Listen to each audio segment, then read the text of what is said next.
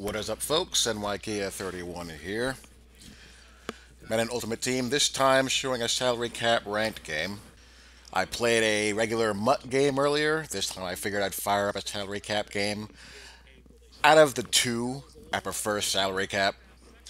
I don't think MUT is very good this year in general, but salary cap still has, I think, the has more positives going for it than regular MUT that you find in MUT seasons and MUT weekend league with the God squads. That being the first thing, you don't need to be stacked at the hilt with every top flight card out there in order to have a chance.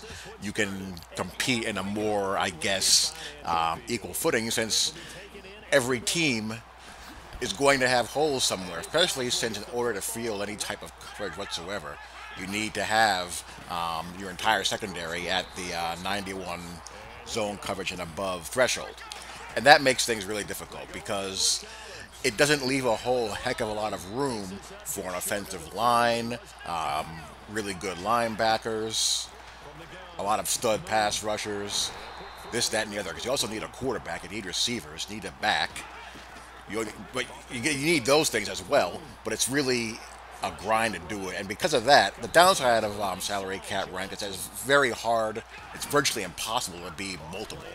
You have so many limited resources. You got to have the coverage people. You got to have a quarterback, and you got to have guys to throw to, and you got to have some semblance of an offensive line that's not just completely tanked. That you just can't be multiple. As you see, I've gotten this guy in 3rd and 27. I can tell his offensive line, isn't another sack there. He's in 4th and forever. I can tell his offensive line is a wet paper bag as John Abraham just flies right around the edge. So really, because of the limited resources that you have to work with and because of the positions that you have to be able to fill in order to have any chance of competing whatsoever, you can really only play out of a couple of defensive formations and a handful of offensive formations that match the personnel that you have. This team right here, I built to play basically out of the 4-3. I got, good solid physical corners, a little bit on the slow side, and I have my read and react chem defenders in order to get all of them to the 91 and above. I got 2 good pass rushers. I got Vince Wilfork, the tank diversion, just to kind of, fill out space, and budget, cheap linebackers who can run a little bit. On offense, you generally see either one really beast tight end or wide receiver, a catch and traffic guy, and then some cheap, low cap burners like a lower tier Tariq Hill or John Ross, J.J. Nelson, Marquise Goodwin, a Jakeem Grant, those kind of guys. At running back, Derrick Henry is very popular, the most feared version. The lower tier, Herschel Walker is a popular guy. Jarrett McKinnon. See guys like that as well, either a power guy or a real elusive, quick guy. And offensive line is pretty much the cheapest that you can get by with. Me, I have to have an offensive line that I feel somewhat confident in, so I tend to spend a little bit more cap than what you would see on average, I guess. I have to feel somewhat confident. I can't roll around with all golds or golds and silvers. I have to have a couple of base elites in there and some high-level golds. I gotta feel somewhat confident I'm gonna get at least some serviceable protection. My quarterback is the full Ultimate Legend Warren Moon, which is kind of pricey. Usually see Carson Wentz, Marcus Mariota is pretty popular, lower level Aaron Rodgers. I've seen some lower level Randall Cunninghams and Dan Marinos, so I'm probably top heavy there at the quarterback. But, I gotta have a Warren Moon. I may look into some cheaper, more cap friendly alternatives, but, as of now, I feel pretty good with what I got here. And I'm working out of the Jags defensive playbook on defense, and in this game, or in this round of salary cap, I was playing around with the Buffalo Bills on offense, and I'm up here 7-0, and, late in the half, just trying to, not allow anything stupid to happen, and go into the half with the 7-0 lead that I got. I'm playing a lot of free deeps and cover three press here and there. Tampa 2. At the end of the half here, I'm just going to play some. Actually, came out in two-man under. I'm going to check out and go to zone. You see there, sometimes I have my user linebacker in a seam flat.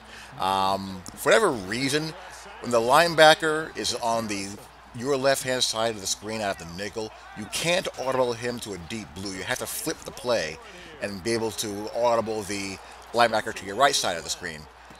I don't know why that is. It's just one of those quirky things. But you still get, basically, as long with the middle read being broke this year, if you hot route the linebacker to anything other than that middle read zone, you'll get that better depth out of the vertical hooks. The vertical hooks will carry the vertical threats as they should, as opposed to on default where they release them. Again, just one of the insane quirks of this year's game as far as the coverage is concerned.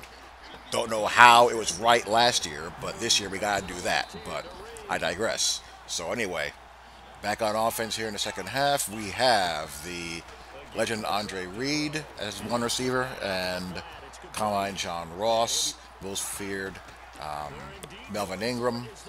I have the flashback Brandon Cooks, most feared Derrick Henry. Those are my weapons there, so I'm scrambling a little bit with Warren Moon. But going back to the linebacker thing for a minute, when I get caught on the linebacker that I can't audible to a deep blue, I use her myself and I just bail to the deep middle. I'll pretty much concede underneath in those situations. There I try to run some smash. I don't get the catch there. I'm going to do a playbook review of the Buffalo Bills playbook really soon. That'll be my next video, actually. I enjoyed it. It has some issues, which I'll go into in greater depth, but overall, I enjoyed playing out of it. I threw a bad INT there. That route didn't break as sharply as I thought it would. Some of these corner routes, some of them are good as far as their break is concerned, some of them not so good. He pushes the ball over the middle there and gets his receiver's head knocked off. And now he's in bunch, so we're getting into the defending the meta portion of our programming. That looked like an out of the solo side receiver here, and now he's in single back bunch, and what do you know? A pitch. Surprise, surprise. So, you know, it is what it is. Play action shot play coming up.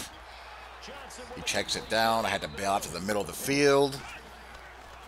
Looks like he's running tight end attack here, multiple verticals. So he's looking to hit those out routes now, run guys down the seam. I was in cover 4 there. That didn't work out. Almost got the sack there, so he dumps it down in the flat. But he's going to get whacked there with a big hit. He's going to fumble the ball. So that ends his drive. And Vince Wilfork, of all people, was the one that got down there to recover that. Jeez. So anyhow, he is going to eject and we get out of here at the W. So anyway, hope you guys enjoyed. I will talk to you later. Peace.